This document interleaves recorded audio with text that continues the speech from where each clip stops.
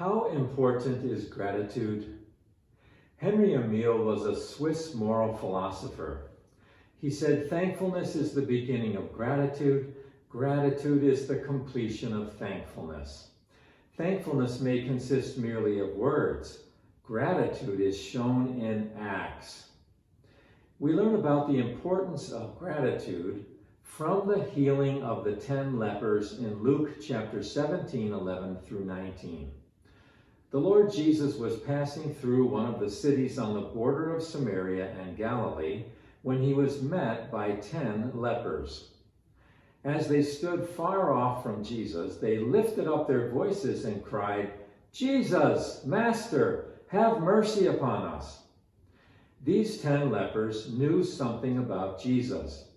They knew his name, they knew something about his healing authority because they called him Master. They knew he had the power to heal them and hoped he would have mercy upon them. But they didn't possess a full understanding of Jesus as the Son of God come to earth to reconcile them to God and bring peace to their souls. They were not fully conscious of their deep spiritual need before God, only that Jesus was a healer and they wanted freedom from the disease of leprosy. Jesus responds to the lepers in verse 14.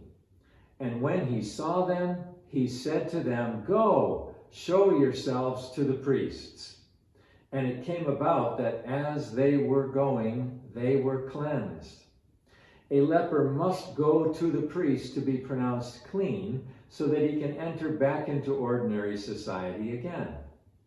Jesus recognized and honored Jewish law, but his main purpose in sending them to the priests was to test the lepers' trust. Jesus asked them to set out to go to the priest without any evidence of their healing. They must place their whole faith in his authority and willingness to heal without any visible evidence. This is a picture of true faith. We must exercise our faith while not seeing the outcome. Hebrews 11:1 says, "Now faith is the assurance of things hoped for, the conviction of things not seen."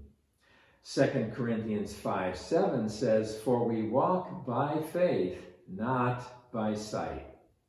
Once we see the object of faith, we no longer need faith because faith has become sight. So it is that we must often continue to believe and obey God even if we don't see him at work in our lives.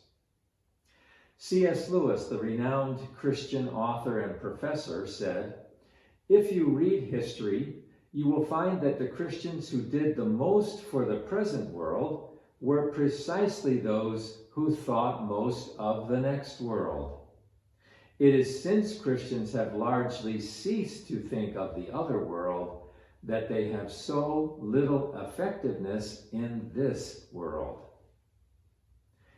We must put our faith and trust in the Lord Jesus, for then he will express his risen life through us to accomplish his purposes.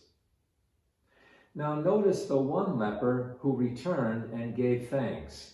Verse 15 says, "Now one of them, when he saw that he had been healed, turned back, glorifying God with a loud voice." 10 lepers were healed, only one turned back to say thank you. A grateful heart knows that to express gratitude is the highest duty of man. An unknown author wrote, "Gratitude is the highest duty of the believer and the supreme virtue. It is the fountain from which all other blessings flow. Ingratitude is the leprosy of the soul. It eats away on the inside, destroys our happiness, cripples our joy, withers our compassion, and paralyzes our praise. It is ingratitude that causes us to hurry away from God, clutching our blessings and not stopping to give him thanks." We note Christ's sad wonder at ingratitude in verse 17. It says, "And Jesus answered and said, Were there not 10 cleansed? But the 9, where are they? The 9 went off with their gift of healing without a trace of thankfulness in their selfish hearts." Sadly, the number of thankless people far outnumbers the number of thankful people. But we must realize that we impoverish ourselves, we dishonor God when we display the sin of ingratitude. Our modern world has lost the meaning of the experience of gratitude because we have lost all sense of gift. Ungrateful men and women riot and destroy in our cities. They beat and murder innocent lives because they claim a right to do so.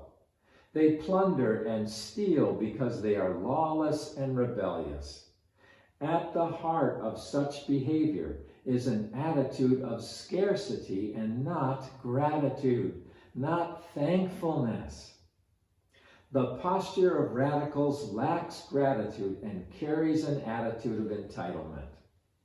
Gratitude is an ongoing vision, a habit of seeing, a mindset of thankfulness for the many privileges and blessings we have received from God.